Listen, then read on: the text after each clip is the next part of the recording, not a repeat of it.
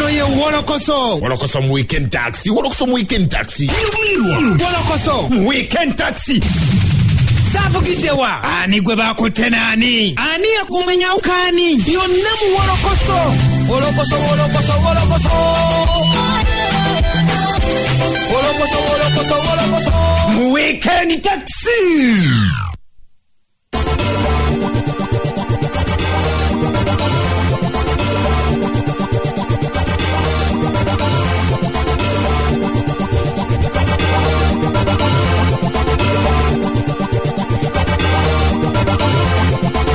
Chenda musanvu akasiti sasa tufemu amafaryo simba empologoma nonje edeme kubuza ko enajo sinziro kulampozi ngate otumbude nenkwaniza kunaku ngaluno olwo mukaga ne tukugamba Wolokoso mu weekend taxi sawa zinabera mpoza ingirawo kudakika 10 zakaita kusawa esatu ezokumacha nenkubuzako nenkwaniriza gwe munange wena atumbude negambe kintu kiri kimu kyokka ko inokola tumbulya dala abebizindala bali mu bweyogerere kireka banda nakawa yonna kawembe tubagamba nti mutumbulye ddala bali mu kayunga tubagamba mutumbule ebizindala abantu kubanga balina okubeera mpozi ngate bamanya kiki ekigenda mu maaso ate tubagamba nti mwongere mu maaso n'okubeera mpozi ngate mugondera ebiragiro ebyateereddwawo President Yoweri Kaguta Museveni musobole okubeera mpozi ngate mwetangira ekirwadde kino ekya corona ate sobole okubeera nga tubaagala nga muli balamu mubeere at least nga tutambuliramu nammwe nze Sula Senyonga Mr. Mosquito Haji Titibya Ombwati era nga nkugamba ekintu kimu kyokka Wolokoso ngambye Wolokoso wala oyaye yangu otubusa bayaye nja kubabuusa singa mbeera mundaze ku budde mu buli sexe muko Haji Titibya lutuwe ya njagala kubadde mu buli sexe muko tole ku kasalamu tugende.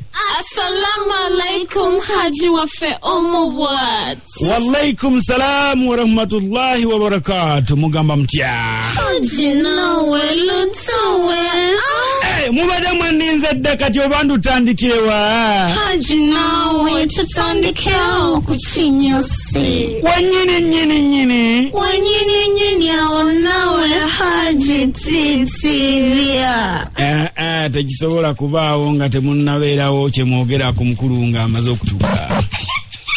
tusanyusa Okulaba Uncle KAKALAAMU nango basanga mikwano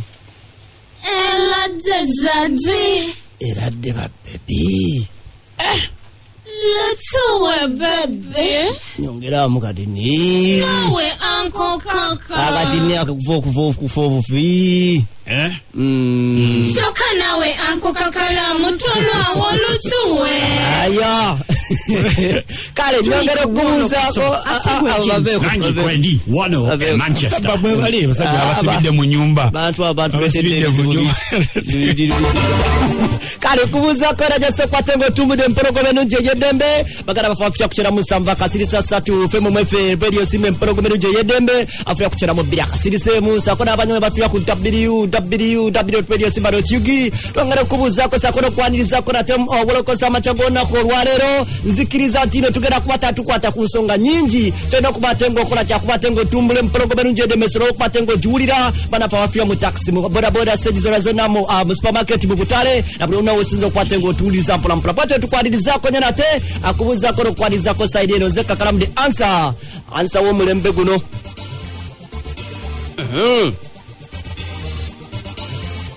Twongera kujukiza tino solo kubatengo following sakono tugoberamo akumikutu ja page njawulo solo kubatengo genda ku Radio Simba YouTube channel solo kubatengo tu Radio Simba TV sakono kubatengo following oba ku Aboka TV sakono tufonira ku KAKALAAMU TYMZ yugi solo kubatengo ofuna Wolokoso ono sakono program ezenjawulo zonazone zivugira wano ku mpologoma energy edembe aya ndowoza katutandikire wano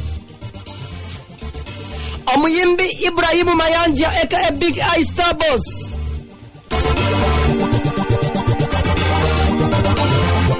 wano wetugenda mawulire gannaku eri abantu mpozi abanyumirwa omuziki omufirika era nga kinajjukirwa mu myaka gy'ekyenda Uganda ng'eggwanga lyali terinafuna nnyo music aliawo yetengeredde owali okubwalyo wabula lyali ligezaako okwewola music okuva mu mawanga ag'enjawulo omwali South Africa omwali mpozi Congo giyite Zaire oba Democratic Republic.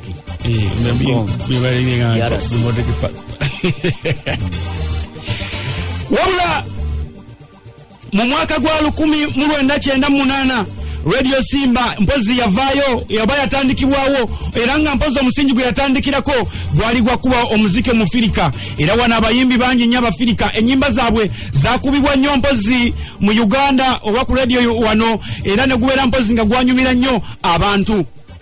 Wabula ezimu ku nyimba ezakubibwa ennyo mwe mwali enyimba ez'omukulu amanyiddwa nga Arlus Mabele era ng'omusajja ono ye yali asinga okumanyikibwa ennyo mpozi mu kuba muziki ow'ekika kya sukus. Arlus Mabele yakolako ku shozi ez'enjawulo mu Uganda mu myaka gy'ekyenda era ng'ebiseera ebyo waliwo ebifo ebisanyukirwamu bya lubatu bubatu ng'era bwe walinga oyagala okufuna mpozi ekivulu ekya VIP ng'olina kirabira ku Sabrina's Pub ate ekya family ng'olina kugenda mpozi Gaba Beach. Arlus Mabele mpozi y'omu ku basajja abakubanga endongo abalala bagiyitanga ey'ekikongo nga mbutuufu lubeera lukoba ku lukoba era nga yadigiza nnyo mpozi Abannayuganda. Arlus Mabele ebbanga erisinga lyonna olw'okubeera nti wabaddewo enjawukana z'ebyobufuzi yali yaddukira France era gy'abadde abeera nga gy'akolera emirimu gye egy'okuyimba.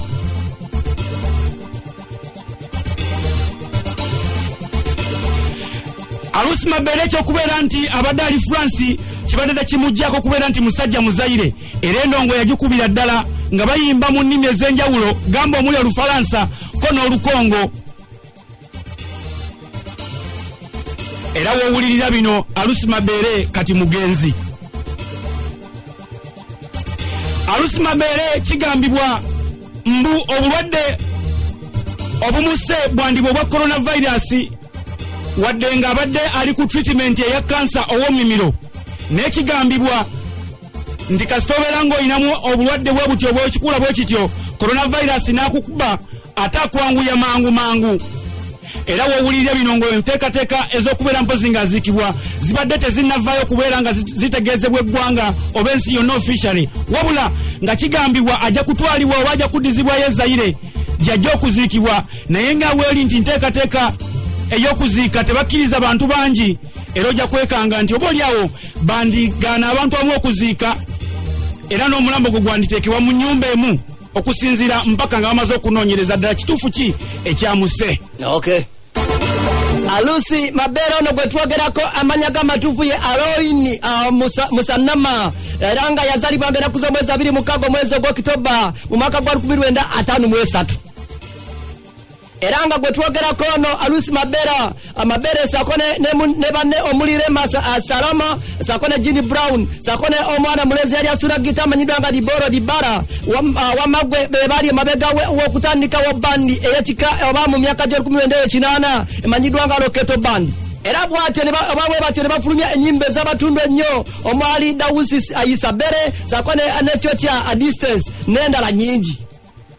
Njogera bino byonna nga tugeza kubate nga tufuna obuvumu obutuufu ennyo okubate nga tubategeeza nti nekire kyakasa zonna ku Lwokutaano lwa wiiki eno omagwe omwana tuono teyasede kubate nga asimatuka era bwatyo n'atufaako okusinziira ku abafamire y'omugenzi ono abamanyiddwa nga Nyamboma Mwandido yakakasizza okufa kwa Arlus Mabele yategeezezza nga Arlus Mabele ono bwe yabadde n'ekirwadde oba ekyadde kimutawanya nga Sula bwagambye ekyadde ekimanyiddwa nga kokolo w'amamiro ate nga baabu we abadde n'emyaka gibadde ng'egitandise okubate nga gigenderera okutuukira ddala emyaka 67 ate nga akawuka namuzikiriza akamanyiddwa nga COVID-19 kyali kyalumba dda amawanga mangi nga ne muno mu ggwanga mwabadde awangalira nga Sula Gambia amanyibwa nga France nabo bambi kyali kyazinga dda era okukakkana nga bagamba nti ekimu ku ebyo byasinze okubate nga bimuleetera obuzibu okunafuwa okutuuka okubate nga ava mu bulamu bw'ensi eno kye bagamba nti no mwabaddemu akawuka akamanyibwa nga coronavirus wabula nga tebinakubate nga bikakasibwa bulungi. Okusinziira ku muwala we amanyiddwa nga Lina Moneti Mabele yagambye nti yakakasiza amawulire gano agamba nti taata yafudde naye yabaddemuko obulwadde buno omanyidwa nga wadde mwaka ukakana kamanyidwa nga COVID-19 era okakananga amawulire ganena amatuufu basedde okukwata abagajja amudwayi mwe yabadde ajjanjabwa ekirwadde kya kokole kyamamiro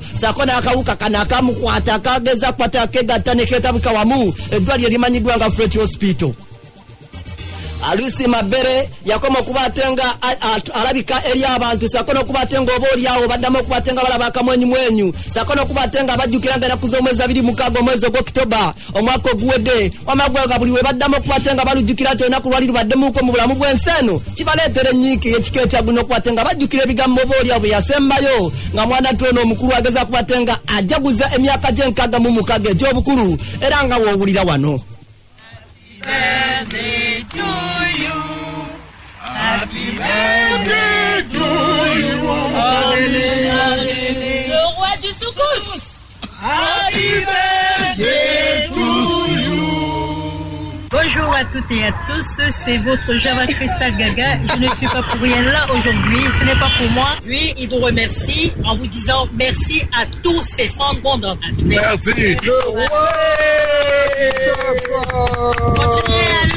Bonjour nja kukivunula olala naye nga nkimanyi bonjour kibuuza kyakubuuza biri ebirala nange kenyini